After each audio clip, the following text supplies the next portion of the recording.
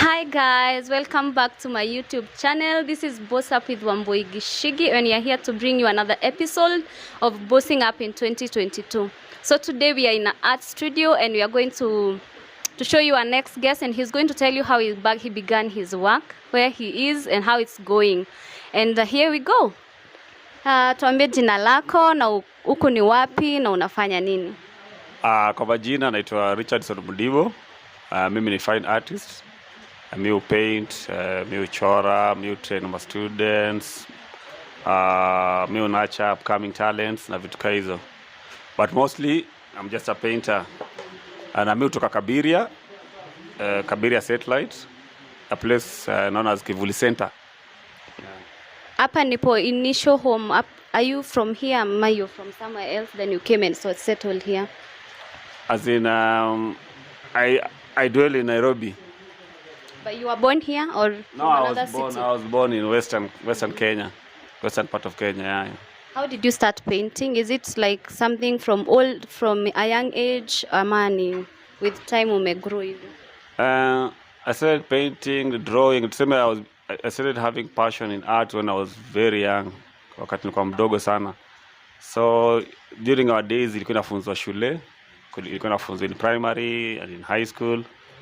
So I just did it in primary and high school, but nilikuwa tu na passion. So sikuwa nifanye kama career yangu, ilikuwa tu kitu ya kujibamba. Yeah.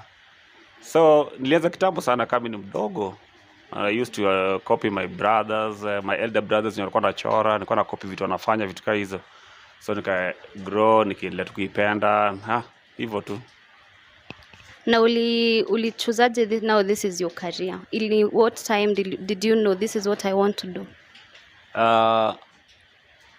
Kama just like any other guys, any other youth, nilianza na kutafuta job.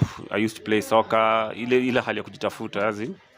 So I once worked for my brother. I worked with the gas station somewhere. Then after some time nika lose job. And I was very impatient wakati nilikuwa nafanya job. Nilikuwa very impatient na my employers na nini. So nilikuwa nataka freedom, but I never knew ni nini ilikuwa inafanya na I was never free. So ilikafika time nikasota kabisa, and I really wanted to do something myself, as in all by myself, not ati niandikwe na msee ama ati ni depend on my brother or somebody. So I was trying to find out naweza fanya nini. So I tried nifanye biashara. Is it vile wase ujitafuta ba vijana wala ujitafuta, what can I do?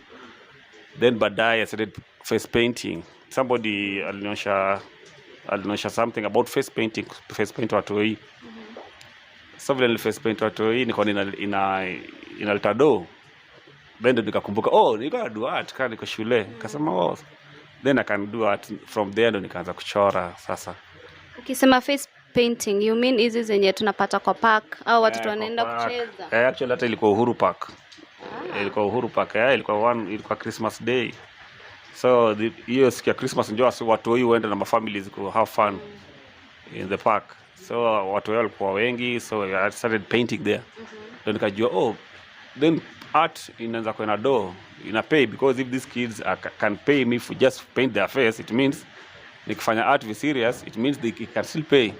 Na hivyo vile nilianza kupursue. So nilianza kutembea kwa galleries, art galleries, nikaanza kutembea kwa art centers, nikaanza kumingle na other artists, nikaanza kuangalia the prices za art na vitu kama hizo, ndio nikajua ni kitu nizafanya kama hustle.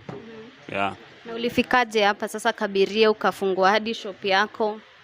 Kabiria Kivuli Center ni Oniona community na au nacha talents from music, arts, carpentry, printing, tailoring, soccer, football, all kinds of talents. So it was the best place for me to come. So when I came this place, I was welcomed because of my talent, and I was nurtured. I came young kiasi, but not that young, but young kiasi. Then I was nurtured, welcome. So I was given a cool environment ya kuwork na kufanya vitu kama hizo na kupromote my job. Then the Father Kizito alikuwa tuleta wageni na wa kupromote hizi art zetu. So from there it was very easy for me to grow. Yeah, that's how I found myself here. So you mean you don't have to be from initially in Kabira to be in this center? Unaweza kuwa umetoka other areas, they will still take you as long as you have something to show for yourself. Yeah, as long as you have something, as long as you're talented, as in it's open for everybody who is talented na mtu akona ni passion of what you do. As in it's a place where wase watu sana ma youth. It's a center for children and youth. So wale ma youth ambao maybe they have nothing to do actually, and maybe they're trying to find themselves, maybe they're trying to kujitafuta venye nilikuwa najitafuta, watu wa my situation wanaweza come, then they can find now they'll come and find people like us, watu ambao wako ready in the field na wako talented and nini, so wana nurture the other youth.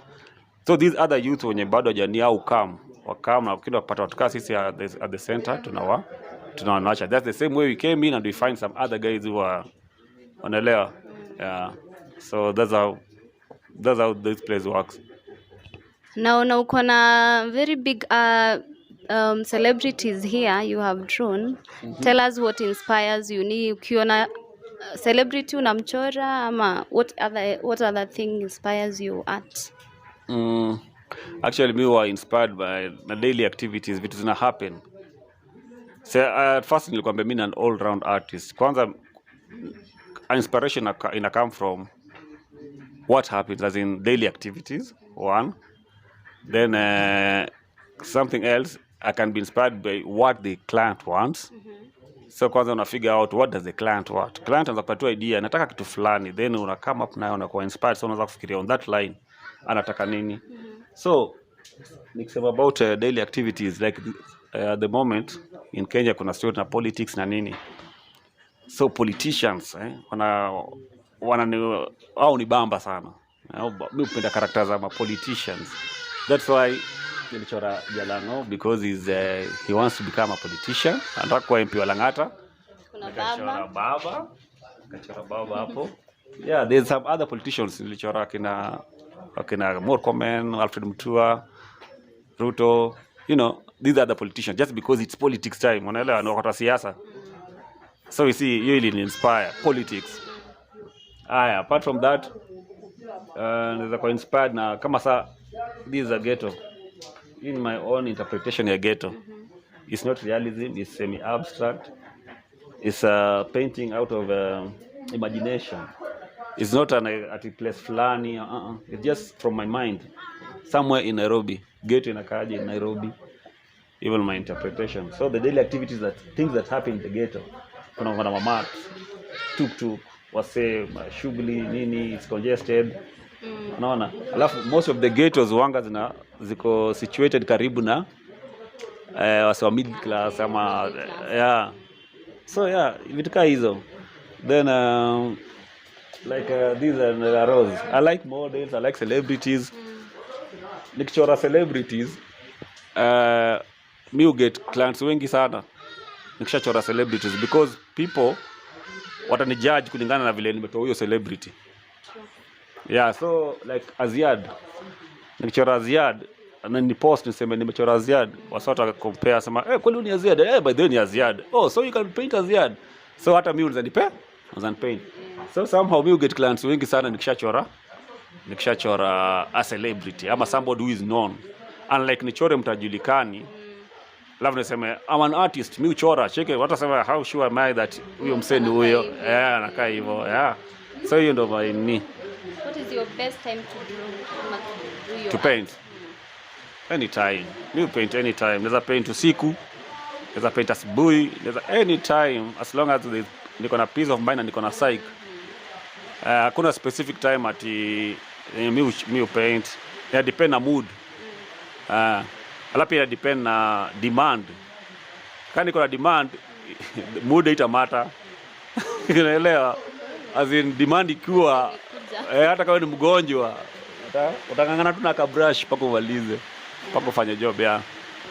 Na ukituelezea how is art important in the society, especially right now that we have a lot of people who are unemployed. What do you think what impact do you think art is doing in the society?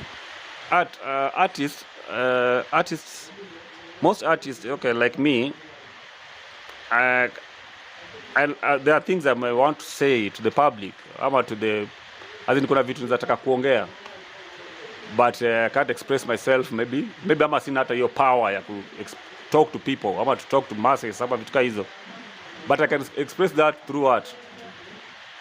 As in, it's like somebody msambako very quiet, but he has so much in mind, but he needs to speak it out. Nana njia. So in art, there's a speak a lot. If I want to portray a certain image, like now the slums, if I want to talk about the ghetto, the life in the streets, I don't have to go out there and maybe kushautia wase ati niaze baadhi mnajua ghetto na kwanga hivi wazee. I'll just paint a good painting, they post online, then people will see what's happening in the ghetto. People will know. I'll speak about my interpretation of how a ghetto looks like through art, or should look like. In safi sana. So nataka wase waone, like most of my ghettos zinakuwa clean, because me utaka wase feel like ghetto ni place safi, place poor, place watu wanaweza stay. Ama wasanishi ghetto na ni kuchafu, wanza try kuichange ikae hivi. Hadi it's still a ghetto, but it's a clean place. Vitu kama hizo. Yeah.